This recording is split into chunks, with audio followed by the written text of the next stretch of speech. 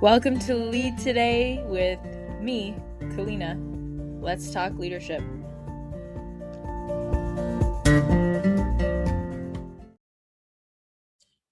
All right, welcome to another episode of the show. It's good to see you or get feedback from you and have you listening. So thank you for being here. Today, I'd love to look at EFT, which is emotionally focused therapy, different from emotional freedom technique, which is tapping. So this is actually a form of psychotherapy. It was founded and formatted or created by Dr. Sue Johnson. She's got a book on it as well, which I will definitely be drawing upon, and is an amazing read if you are struggling with your relationships, any of them. It is focused on couples, but I'd say that this has been transformational in me even understanding myself better and understanding how other people's actions rub me the wrong way and how I respond to those things rubbing me the wrong way, allowing me to let go of things that rub me the wrong way, which is definitely an invaluable tool when it comes to dealing with other people, because who doesn't have challenges with other people? I mean, no matter what you do for work, whether it's family relationships, work relationships, personal, like no matter what it is that you do, it's challenging to deal with others. So I hope that this episode will bring us closer to understanding what EFT is, help us to understand how to feel closer to our partners, more confident about our relationships, clear on how to turn really conflict into connection. So that's my broad goal, which how do we turn conflict into connection? It can feel really heated, and certainly in one podcast episode, we can only get so far. It's going to take a lot of reflection on your part if you want to actually evaluate your marriage or your relationships. So I'm here to serve as a guide, share a bit about my experience with working with an EFT therapist and how you can either work within yourself or maybe go down this road on your own and do some investigation. If you want to go on the road of just checking this out for yourself, I highly recommend Dr. Johnson's book, Hold Me Tight. There are 7 conversations that you are meant to go through. Ideally, you do this with your partner in order to understand how to argue better, essentially. And then to, at the end of it, not have the circular arguments that you have. So a lot of conventional therapy or counseling, in my experience, looks at, let's say, your past, your childhood, how to communicate effectively, tools. And while those things might be good, I think a lot of the time in a heat of an argument, tools and processes or fair fighting rules or any of that kind of thing sort of gets thrown out the window because we're so emotionally heated. And that can happen in, an instant, truly an instant. And in reading the book and working with a therapist, it is true. If you look at the last conflict that you had with anyone, but specifically, I think with your partner, how quickly did it escalate? It can be just someone looking at you the wrong way, saying the wrong thing in the wrong way. So maybe their tone of voice, turning away, their body language. So it's really fascinating to me because it can be in an instant that we go from everything's fine to stress, on high alert, feeling at the core of it really unsafe or some level of fear that something is not okay with us. And so in the book, there are 7 transforming conversations that Dr. Johnson goes through. And I'll just sort of list those out and explain them for anyone that hasn't read it or is interested. So you start by recognizing your demon dialogues, is what she calls it. And essentially the idea is that they're destructive and negative remarks that happen in a conversation, and you need to get to the root of the problem. So often when we argue on a content level. So you didn't pick up the dog, you didn't pick up the kids, you're late, what that person actually or factually did or said. And we argue on that content level, thinking that that's the problem, that, oh, if you just weren't late, if you just didn't say that anymore, if you just didn't do that anymore, we'd be okay. And oftentimes, well, one, your partner doesn't really hear you.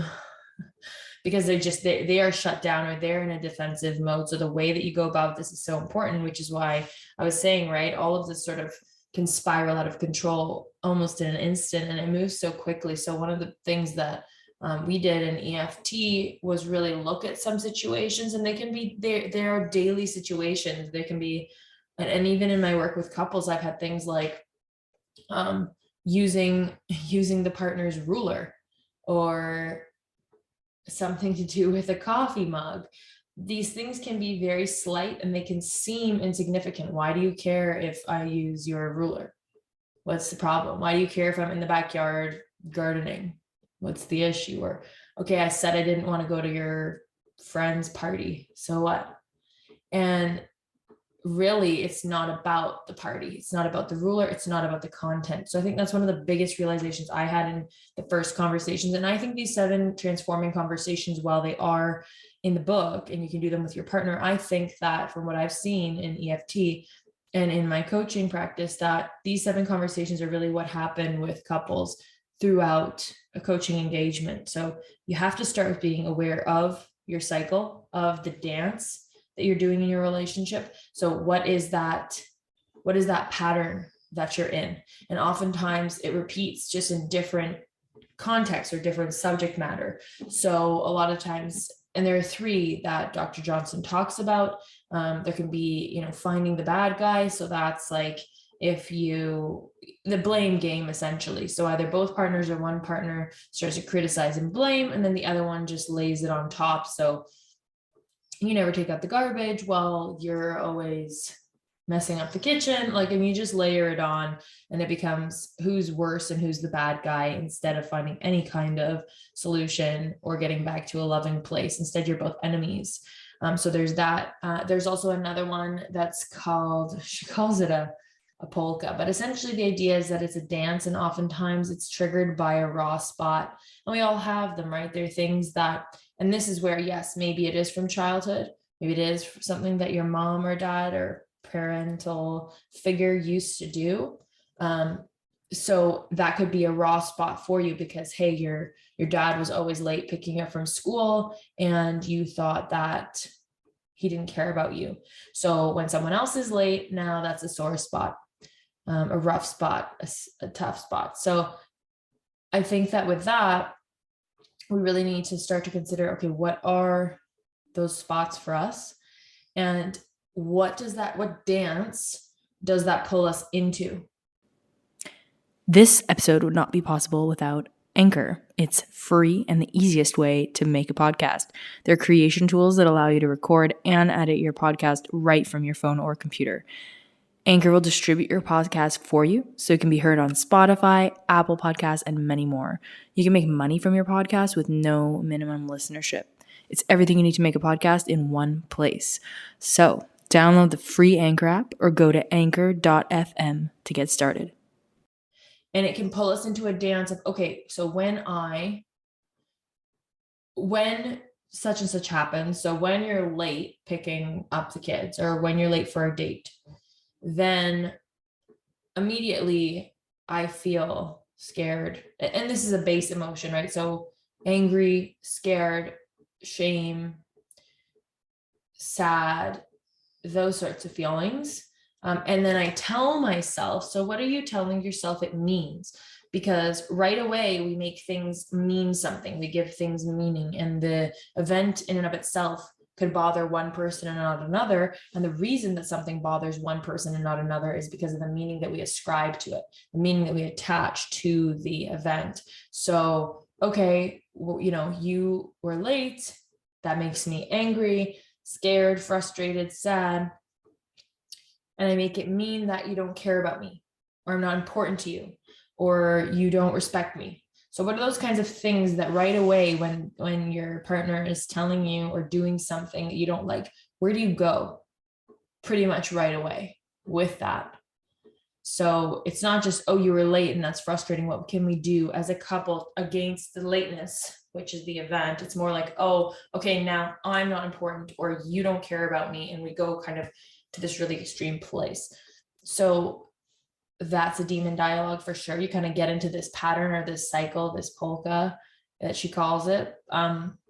You can call it whatever you want, vortex, spiral, but you spiral into this pattern. So oftentimes one person can be maybe the criticizing person and the other person gets quiet, or you both get louder and then it goes higher volume, the idea of high volume, low volume discussions or communication styles. So if somebody's yelling at me, oftentimes I might escalate, but at some point I shut down and then I want to be alone. And that's something that I do that other people, for example, might get just louder and louder and louder, feeling like they have to be aggressive and assert themselves. So there are different styles.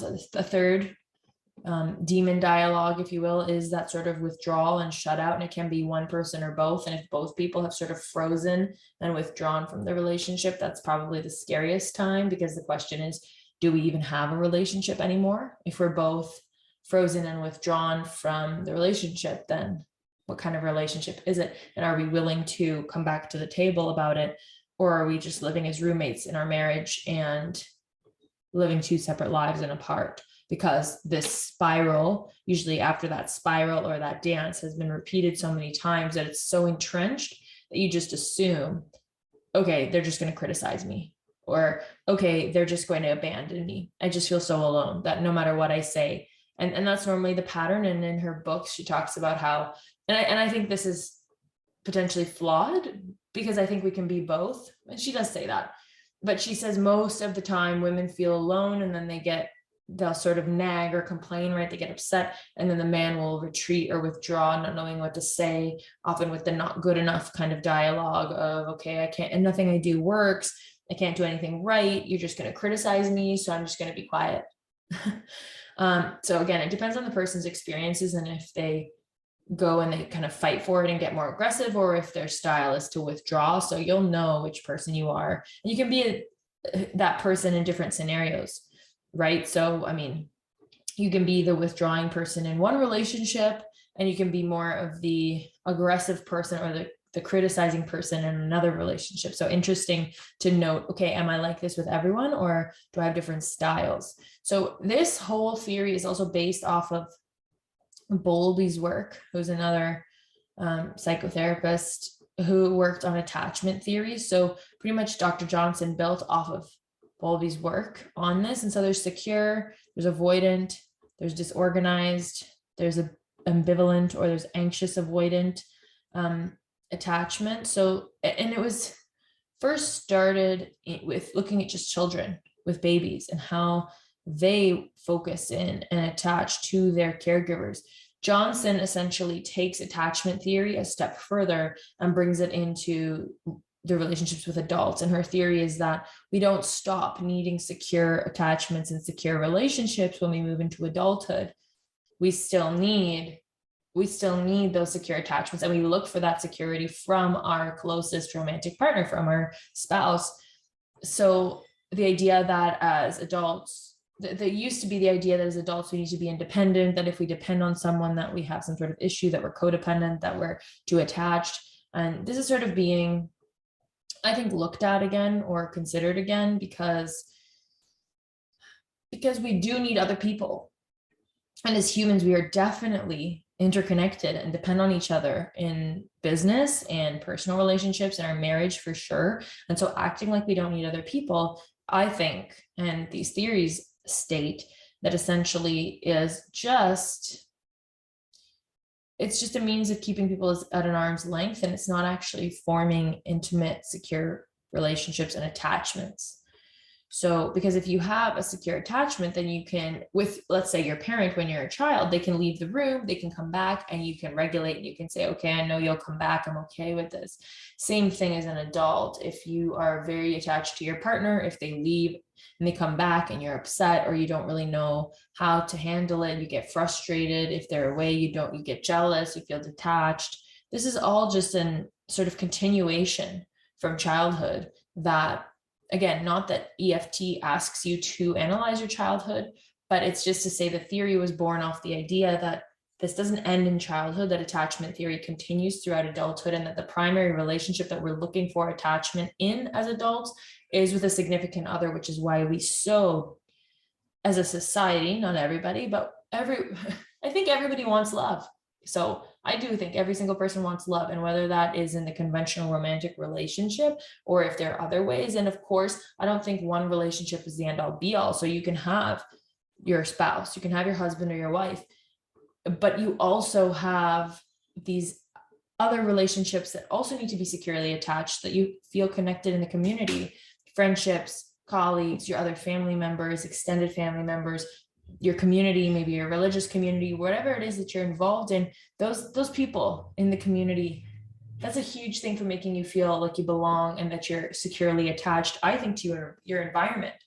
So I think this goes even beyond that relationship, although that core relationship is the one that you're really looking to have the attachment, the secure attachment with on a day-to-day basis. So we move out of childhood with Bowlby's work and the 4 stages that he has. And then we talk about it. Essentially, I would say EFT, emotionally focused therapy, is looking at how to securely attach to your partner. That's my understanding of it. So we've recognized the demons and the demon dialogue. So what is this dance that we're doing? What's the spiral that we're in? Then we go to finding the raw spots, as I mentioned earlier. So we're looking at, okay, what are those immediate impulsive reactions? When are they being hit? What are those things that happen? And you have this 10 of 10 reaction that probably isn't warranted, right?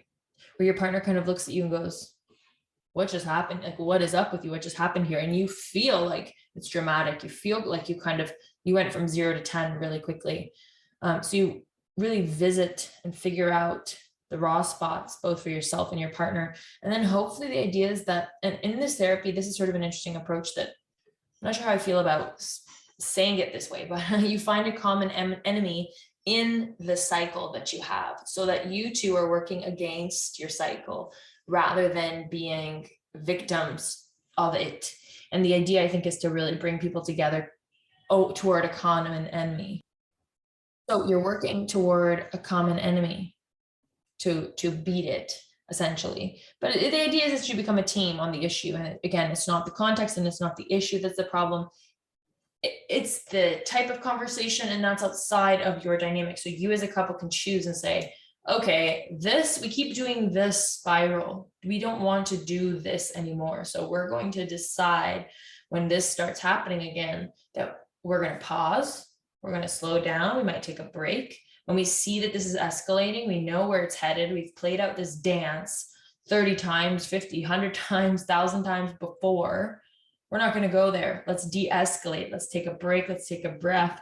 And then we can come back to the challenge and hopefully talk about it in a calm manner. And I'll share those 4 steps with you shortly. So let's just get through the 7 transforming conversations, and I'll share the 4 steps of the EFT process, loosely, broad steps that you can work through when you're ready to revisit. So, and that's the 3rd conversation, is revisiting a rocky moment. So this is what you'll do if you work with an emotionally focused therapist.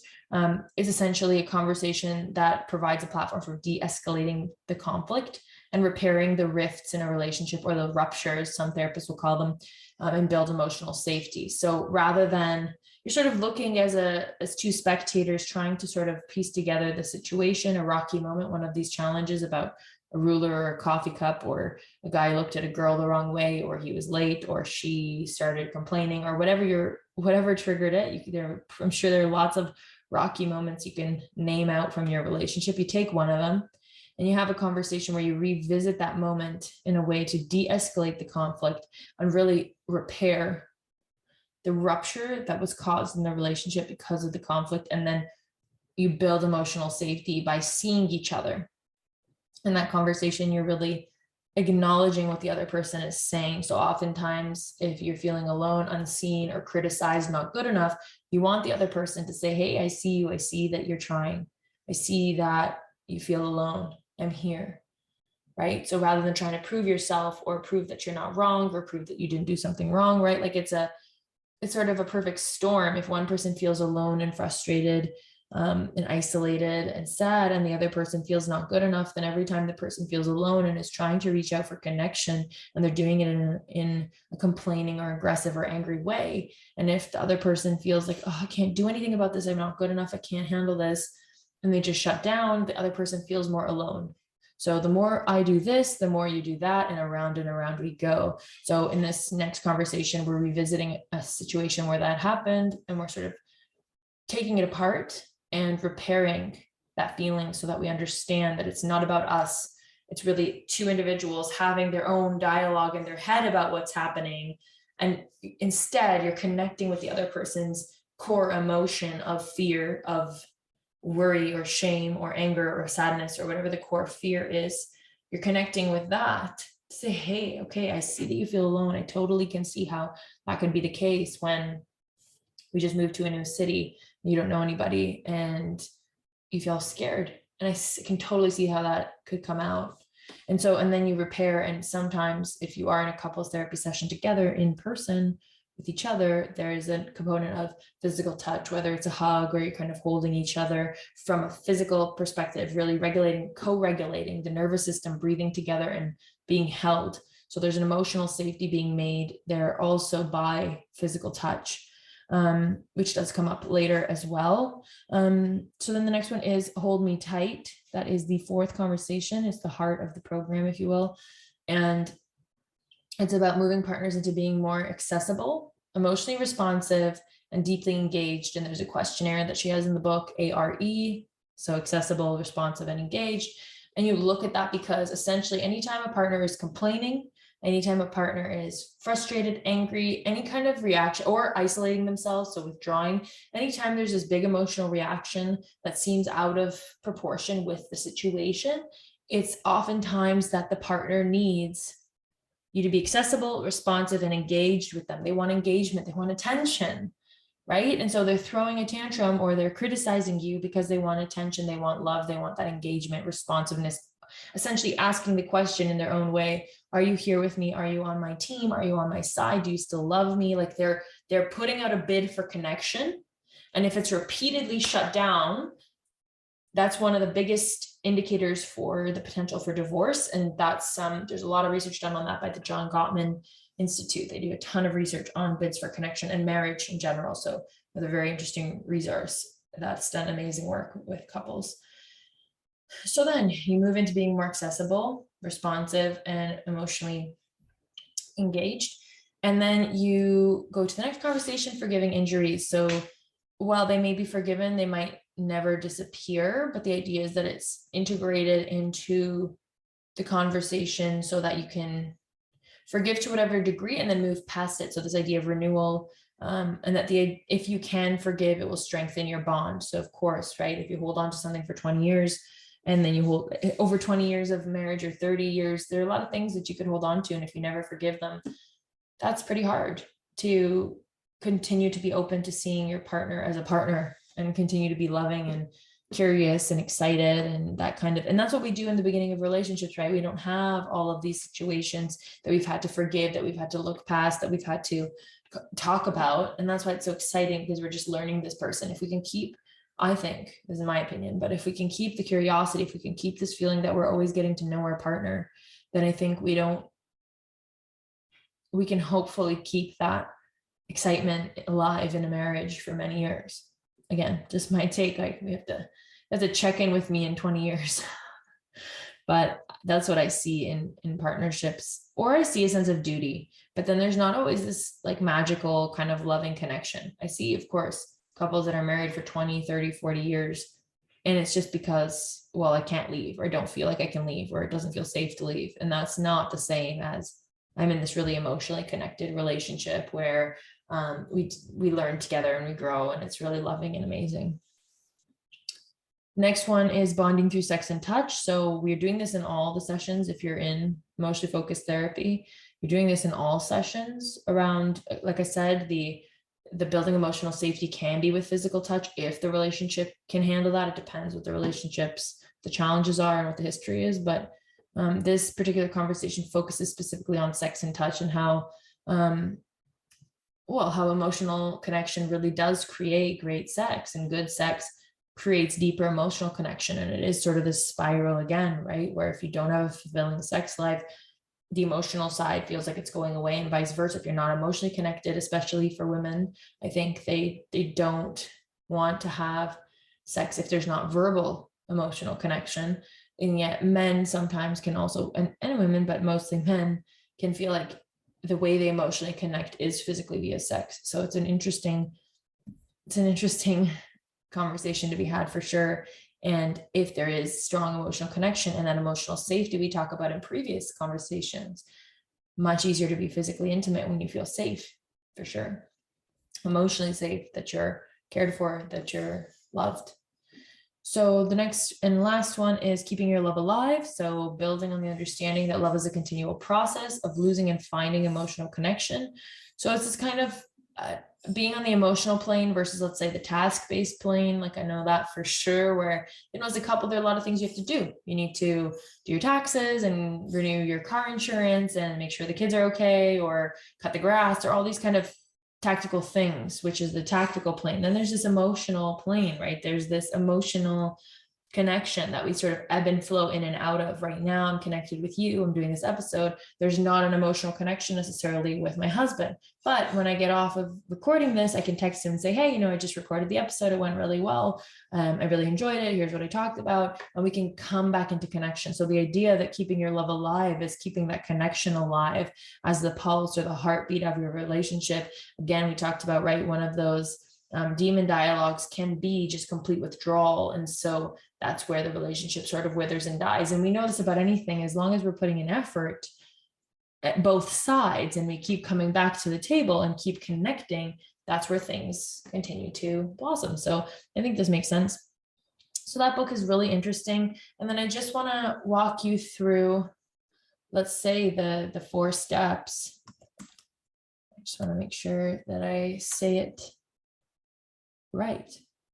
So the first step is, and this is in the EFT process. So often when you work with a therapist, there are, let's say, 8 to 12 sessions, maybe up to 20. There's a time limit on it, which I really appreciated, because sometimes in therapy, it feels like you hear these stories where people go to a therapist for a year or years and years, and the reason they went to the therapist isn't really resolved. And for me, that's just, it feels like a waste of time. It might not be, but again, EFT is not focused on rehashing your childhood or figuring out where every single challenge you have came from, although that's useful when it comes to those trigger points, right? Or those sort of sore spots for you. That's really important there to say, okay, maybe it's not coming from my partner. Maybe it is coming from a past relationship or a past friendship, or again, your parents or caregivers, so it's important to understand that, okay, this is a sore spot for me and it comes from X point, just so that you know that it's a sore spot. But it's not about analysis of all of these things that have happened. It's more about being able to restructure the bond that you have with your partner so that it's healthy, so that there's emotional connection, so you don't feel victims of this cycle, if you will, this dance that you continuously do, and you can emotionally connect. Stages and steps. First step is stabilization. So you do an assessment and de-escalation. So you're really assessing, okay, where are we at? Let's stabilize. Let's identify the negative cycle and the attachment issues. So as we talked about, it's based in attachment theory. So you access the underlying attachment emotion. So fear, sadness, anger, grief, shame. So these core emotions, you access those to understand what the basis of it is. So do you feel alone, or do you feel not good enough? Do you feel criticized? Well, what is that? That's fear. Is it anger? Is it sadness? What's there? What's that core emotion that's there? Then you reframe the problem into the cycle, the attachment need, and the fears, so that you are not your cycle. You're just a victim, quote unquote, of the cycle, is how they say it. But I would just say you're part of the cycle, but you are not the cycle, and you can choose to change it. So now you become allies, you and your husband or wife or partner, you become allies in moving away from this cycle that you easily get into. So the therapist would create a comfortable and stable environment. You talk about the hesitations that you have about therapy. You make sure you trust your therapist, of course, if you're working with someone. And then you're really getting into understanding the negative and positive interactions in the relationship to go through that process. Then you restructure the bond. So phase 2, so the change step. So you're assessing your needs and fears and models of yourself, and you're promoting acceptance by the other. So you expand this dance that you're doing so that you have, within the therapy session itself, you're having experiences of your partner seeing you, acknowledging you. So for so long, you felt alone in your marriage, you felt misunderstood. And in the therapy session, because you're talking through one of these challenging scenarios and you're having your partner in the moment respond differently, you're building a new dance in the therapy session itself, because then it's like, oh, and you probably won't trust it the first time or the third time, to be honest with you. So the first time that, hey, I feel really alone. I feel like I can't tell you about my feelings. I feel like you don't want to listen to me. I feel scared that you just don't care. And for the first time, or one of the first times, you're hearing your partner say, wow, I never thought of it like that before. I'm so sorry. I can totally see how being alone would be so hard. Can I give you a hug? Can I hold your hand? And you really break down in that moment and cry and just think, oh my God, like you see me for the first time, maybe ever. And it's definitely strange and hard to accept the first time. And that's why there are multiple sessions in the change phase, because you need this to be proven to you again and again, because especially if you've been in a relationship for 10 years, 20 years, you're so used to that person not seeing you. You're so used to assuming that they don't care, that they don't see you, that they don't find you important. You're so used to that pattern running in your own head, those assumptions that you make. When I ask you for attention, you ignore me. That means you don't like me. You're so used to that thought pattern that when they're doing something different, when they're changing the way that they connect with you, for sure, in the beginning, you don't trust it. And that's the whole point of doing it in this structured manner with a third party, where you can then get used to it happening, and then you can try it out together, and then you reinforce it for years and years, and then it's your new pattern. And then you do become more aware and in control of your interactions, so that you can stop the old pattern from re-emerging. So in the beginning, a lot of couples, and I noticed this in my practice, they just don't even realize they're doing it. I have so many couples where they start layering it on. Well, you don't ask me to do anything with you. Well, I'm busy and I don't even know what you want from me. Okay, but I'm just saying I want to have time together. Okay, but then what do you want to do? And right away, it's just the tone of voice, the rate of speech, the words being used, the body language, they move away from each other. I can see it in the screen, like they're both sitting further apart, like point after point where they just go down that rabbit hole. You can stop that pattern from the first comment of, well, okay, I just want to spend time with you. It's like, whoa, okay, what's happening here? What emotion is emerging here? Oh, okay, I'm getting kind of frustrated. I feel like I have to beg for attention. I'm getting worried that I don't deserve it. I feel not good enough. Like, okay, so the therapist really helps in that instance of calling out when this is sort of escalating, going back into your cycle, you're going back up that hill, if you will, into your dance. And then the third phase. Oh, sorry. So in this phase, you're looking at your needs and fears. You're promoting acceptance by the other person. As we said, you expand that dance. And then you structure emotional engagement and express attachment needs and wants. So that's what I was saying about, do you want a hug, or you talk about it, or you figure out you want reassurance, like you figure out what it is you're needing in that moment, and you can share it with them in a safe place. And then you have integration, consolidation. So these new positions in the cycle, you enact new stories. So you have different ways of handling when you'll notice, right? So if your partner starts, oh, you never take out the garbage, like what's wrong with you? You never do it right. You maybe as the other party can say, whoa, okay, it's not about the garbage. What's really going on here? And you can go and say, hey, are you having, what's going on with your day? Or yeah, I'm happy to do that. Can we just sit down and talk for a second? Or I hear stress in your voice. Is this our pattern starting again?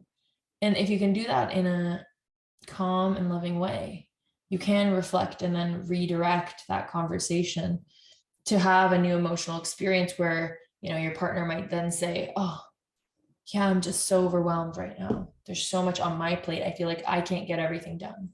It's like, oh, I hear you. Would it help if I made dinner, or would you like to work late, or what can I do? What can we do to lighten the load? So then you're integrating this new way of dealing with problems within yourself and within the relationship. And you have this secure attachment bond that's formed through the therapy session. And then it's really a newfound strength, because then you're not victims of the cycle. You're not just always circling in that whirlwind spiral. You are slowing it down and taking control yourself, which is just magical, to say the least, because then it's not about you. You also understand your triggers and soft spots. You also understand your partners. You can maybe catch it. They can catch themselves. You can catch yourself. And over time, those inflections are just way less pronounced. So it's not this huge fight. It's kind of, okay, I'm getting riled up. Okay, it's not their fault. Let's talk about this. I'm feeling alone, I'm feeling frustrated. And you're accessing that core emotion rather than the content. I think that's the biggest distinction, which is so important. So if you found this content interesting, I would definitely encourage you to check out EFT, check out Sue Johnson and the book. I've loved this. We can get into more of this into each phase, I suppose. If this is a valuable episode and people find it useful, I'm happy to look further into each phase of the EFT process or those core conversations. And if you did like the episode, please do like, review, subscribe, comment. Any action that you take to engage with me makes a world of difference for me to be able to continue to produce this show. So I want to thank you so much for being here. It means the world to me. I love being able to make this content, and I'll see you again next week for some more interesting information on relationships, life, health, and how to be a leader in your own daily life.